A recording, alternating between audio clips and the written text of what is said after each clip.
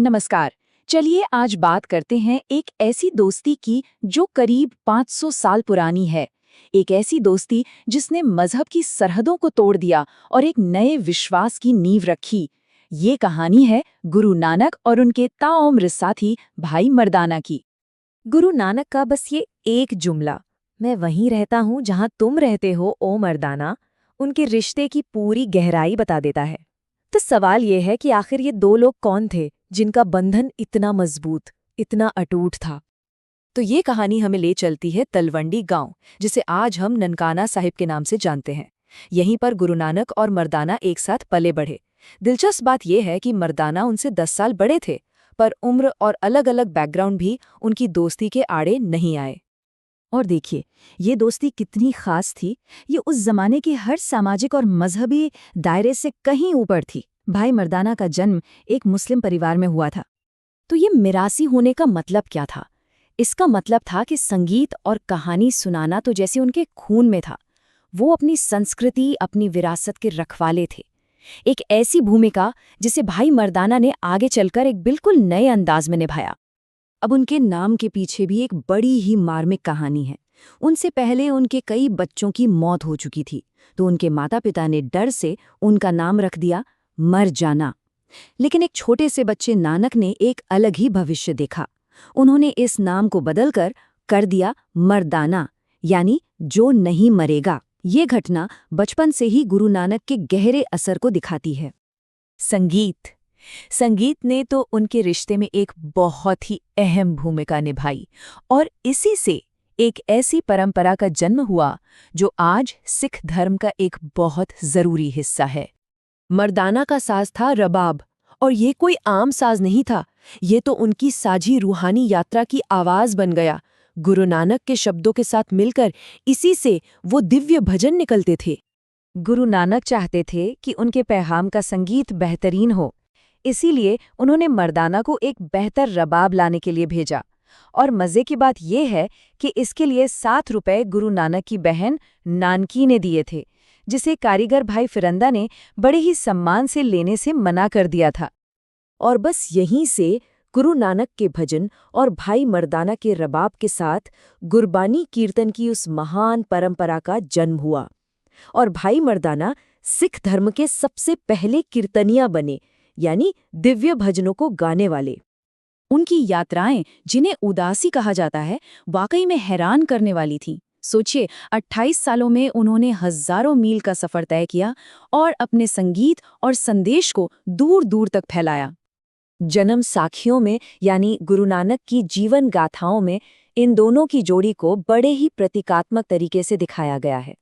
गुरु नानक जहां दिव्य सत्य की बात करते, वहीं भाई मर्दाना अक्सर भूख, इच्छा और शक जैसे इंसानी सवाल उठाते थे। और यही सवाल गुरु नानक की कई शिक्षाओं का आधार बनते थे। एक किस्सा है, एक बार एक यात्रा के दौरान गांव वालों ने मर्दाना को तोहफे में ढेर सारे कपड़े और खाना दिया। ये देखकर गुरु नानक जोर जोर से हंसने लगे। गुरु नानक ने इस मौके का इस्तेमाल दुनियावी मोह माया के बारे में सिखाने के लिए किया। उन्होंने समझाया कि दान में मिली ये चीजें लालच पैदा कर सकती हैं, और मर्दाना ने फौरन वो सारे तोहफे गरीबों में बांट दिए। अब एक बहुत ही दिल छू लेने वाली बातचीत का जिक्र आता है। जब गुरु नानक नदी में कुछ देर के लिए गायब होने के बाद दोबारा सामने आए, तो मर्दाना ने उनसे कहा, आप मुझसे प्यार नहीं करते? गुरु नानक का जवाब बड़ा ही प्यारा था। उन्होंने फौरन कहा, क्यों ओ प्यारे, मैं तो तुमसे सबसे ज्यादा प्यार करता हूँ। मर्दाना ने वजह बताई, बोले, क्योंकि आप तो खुद ईश्वर से मिलने चले गए थे। अगर आप मुझसे प्यार करते तो मुझे भी तो साथ ले जाते। इससे पता चलता है कि मर्दाना का जुड़ाव कितना गहरा था। इस पर गुरु नानक का जवाब बहुत ही मार्मिक था।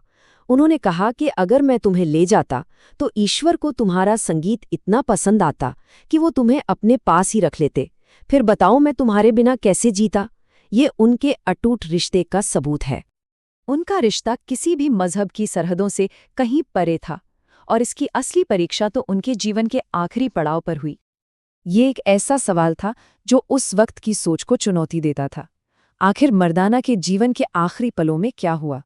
साल था 1534, जब मर्दाना अपने जीवन के अंत के करीब थे, तब गुरु नानक ने उनसे उनके अंतिम संस्कार के बारे में पूछा, एक ऐसा सवाल जो उनकी अलग-अलग मजहबी पहचान को देखते हुए बहुत बड़ा था।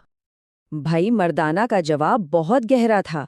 उन्होंने कहा, जब मेरी रूह इस जिस्म की कब्र को छोड़ देगी, तो फिर इस जिस्म को पत्थर की कब्र में कैद करने की क्या जरूरत है?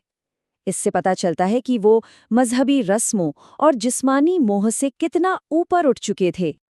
और तब गुरु नानक ने अपने मुस्लिम दोस्त का अंतिम संस्कार अपने हाथों से किया और उनकी राख को नदी में बहा दिया। ये प्यार और सम्मान का एक ऐसा काम था जो उस जमाने की हर मजहबी सोच से कहीं आगे था।